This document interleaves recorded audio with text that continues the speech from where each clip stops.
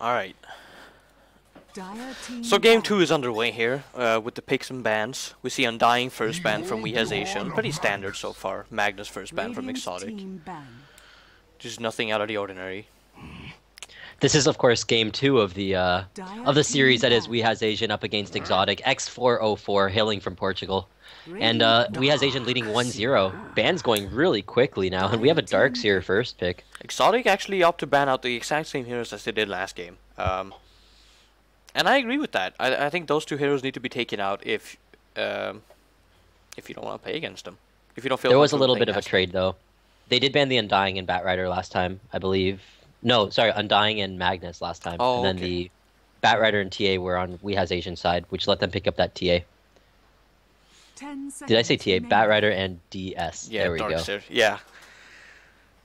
Because Templar Assassin definitely wasn't banned last game. Jakiro picked up here by Exotic, and again, just very standard picks. Jakiro just always one of those early 3 picks. I don't think I've ever seen him going to the later 3. You know, for a hero that wasn't picked at all, or banned at all, in the last game, Sven has picked up really early here for Exotic. Yeah. That tells me perhaps an aggressive tri-lane works in a safe lane as well, also works in a dual mid, might even be as a support. We've seen a lot of teams running him as a roaming support, trying to find those kills, and the Stormhammer is just so good for that early on. We'll have to wait and see. It's too early to call, I'd say. Yep. 5 seconds remaining. Rubik being the pickup now for WhA Asian, as well as the Templar Assassin. The Templar Assassin being a hero they've had really good success with so far. And of course, the 2 heroes that do really well in a solo situation, the Batrider as well as the Darkseer, one's banned and the other one's picked up for WhA Asian. So they're most likely not going to have too many difficulties in that mid lane if they decide to run it there. Last time, of course, TA did end up going in that solo safe lane where she did quite well for herself. Queen of Pain picked up here, and I think that's they want to be able to deal with the Templar Assassin mid again, but also be able to rotate around to kind of accommodate that Templar Assassin if she doesn't end up going mid. We've seen Darkseer go mid quite a few times lately, and it definitely works. It's really up to if they want to run that aggressive tri-lane with that Rubik so far. They don't really have any other heroes that they could pick. Shadow Demon banned out here for WhA Asian. That's very interesting. Typically, you want to pick up Shadow Demon against Sven rather than ban him out, because Shadow Demon deals with Sven very well. With that ulti going through BKB, you can just kite him for days. Absolutely agreed. But at the same time, they do have a hero that has a very similar role to Shadow Demon in the Rubik. They're not really pushing type heroes, but they're kind of the initiator type. Whereas Shadow Demon really complement Exotic's team well with that Jakiro and the Sven. We do have an Enigma ban as well as a Leshrac ban. Kind of similar bans coming out of WhA Asian here in the second stage. Yeah, they don't want to let Leshrac and those kind of aggressive pushing supports through, and I think that's a correct call. We might actually see perhaps a Chaos Knight picked up again here, because Chaos Knight is one of those heroes that don't deal with pushing well, and their bans here definitely reflect pushing bans. I really like that Clinks ban as well coming out of WhA Asian, just opting to make sure that the solo safe lane doesn't have that Clinks to go up against their Darkseer. I feel like another really good hero they could run in that solo safe, if Exotic do plan on running that aggressive tri-lane, would be the Lone Druid. We'll see if that's what they want to do in the aggressive tri-lane or not. They do ban an Enigma, though. Very interesting ban, because it doesn't really seem like they would want to go for an aggressive tri-lane in that sense, because if there was an Enigma pick, it would help them more than anything. And they do take out the Keeper of the Light. That tells me they don't want a tri-lane versus tri-lane at all, because going up against the Keeper of the Light tri-lane, so hard if you don't have something equivalent to that yourselves, because that Illuminate just does so much AoE damage. Of course, we have seen a few teams actually let Keeper of the Light through and then pick up Visage, which he can actually dish out the almost the same damage, although it's only single target as the Keeper of the Light. 5 seconds remaining. We'll see what they decide to pick up here. WhA Asian could opt for that Chen once again. It had an important job in that last game. They did very well with it there. Yeah, it'll definitely be interesting to see. I think we might see another support picked up right here. I think they want to save their carry pick for last. Typically, you see that so that it won't get countered as easily. Yep.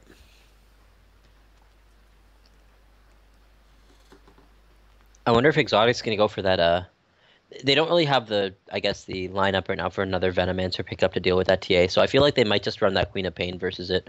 That is a matchup though. If no external like ganks occur, I feel like the Templar Assassin does come out quite ahead in that matchup because you can meld dodge the Shadow Strikes so long as there's no Sentry Ward, of course.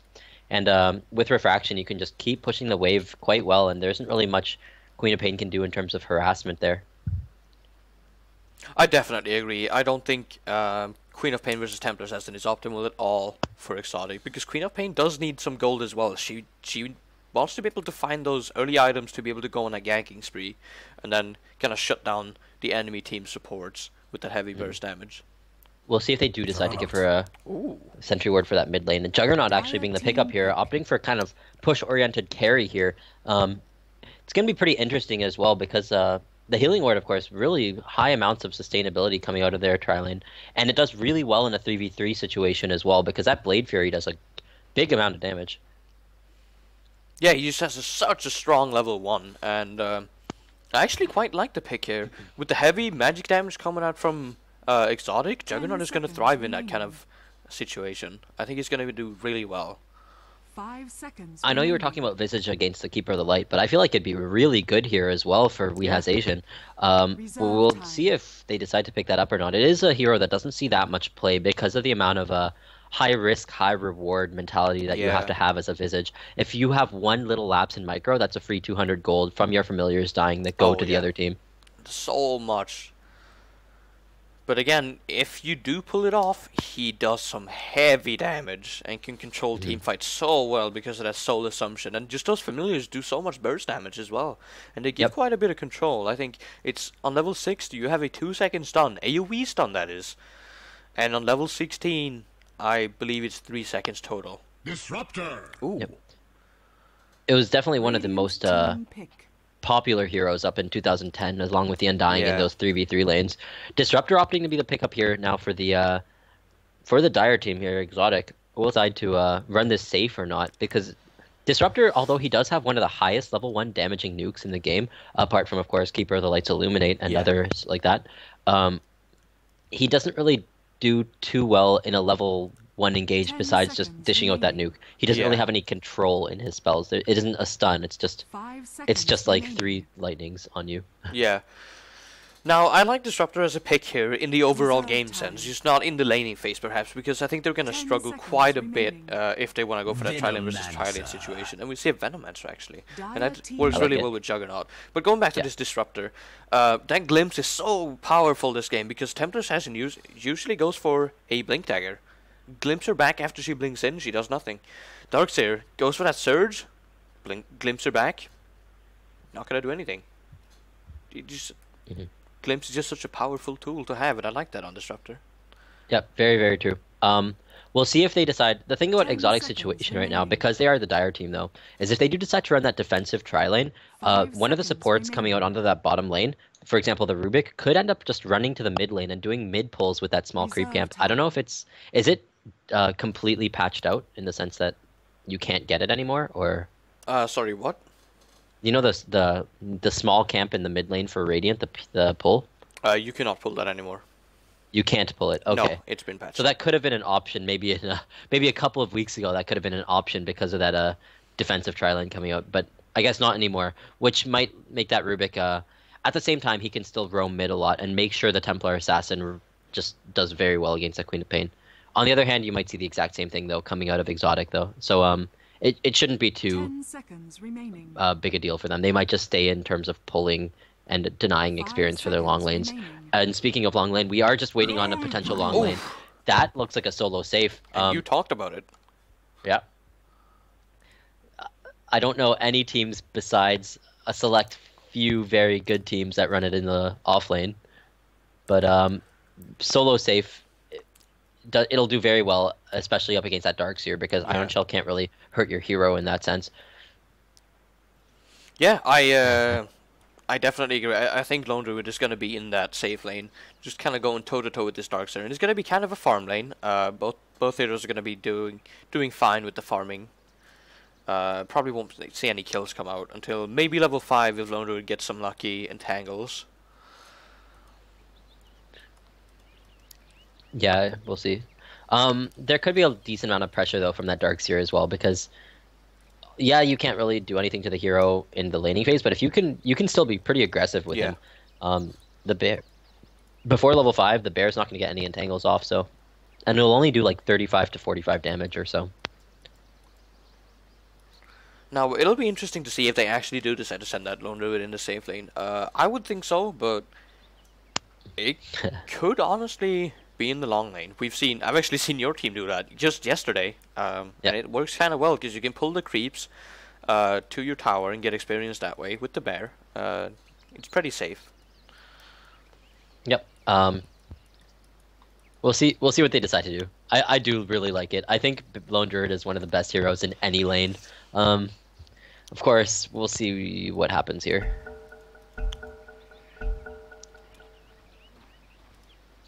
Normally, if you do put it in the long lane, you see at a couple of stout shields, like 2 stout shields on the bear, because you want to guarantee that that pull occurs to that the first creep camp at least.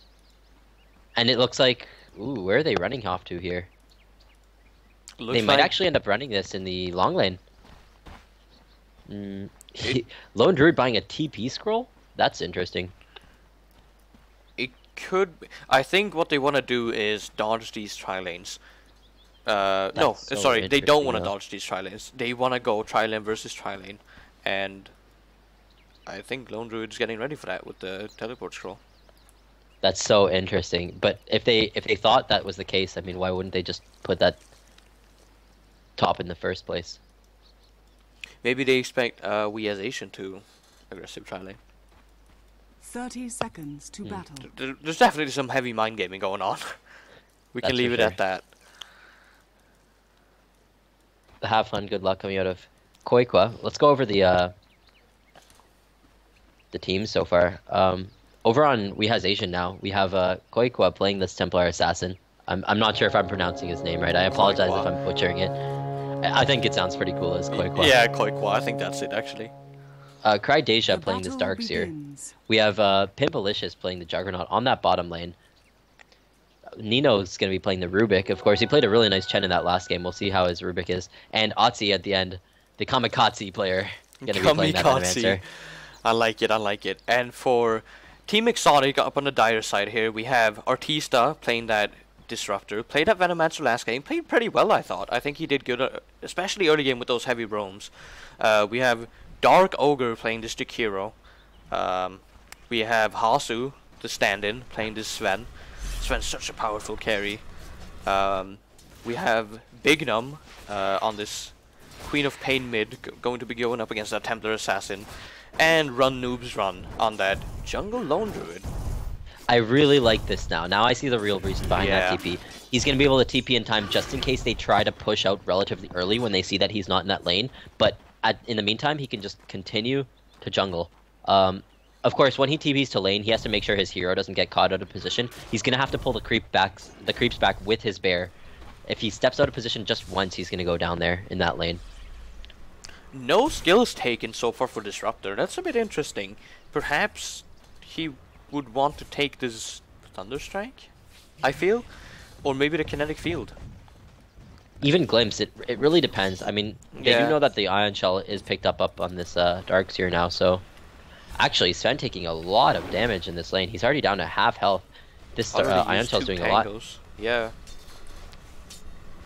And it is annoying to play against as a melee hero. We actually see Jakiro taking heavy damage now. Oh. It's a double Ion Shell. Oh, wow. Wow. Man, that is not something you want to have happen. Look how low he's getting. He's down to about 200 health. Wow. Jesus Christ. Look at this mid lane. Wow. This Queen of Pain's already driven pretty low. She's going to have her bottle picked up relatively soon now, but she's only at around 99 HP. Templar Assassin opting not to go for point and meld relatively early and instead just cake those 2 levels in refraction, doing a lot of damage when Queen of Pain runs up to try to use her Shadow Strike on her. Meanwhile, Lone Druid still doing what he does best here, just, you know, being relatively passive, staying in the jungle. He's not really impeding the farm of this Juggernaut at all, but at the same time, he's getting some farm of his own, which is perfectly all right, considering they don't have a jungler who's going to be taking it from him. Yeah, he wasn't really going to impede his farm anyway from the Juggernaut. I mean, he's not gonna go up there and take the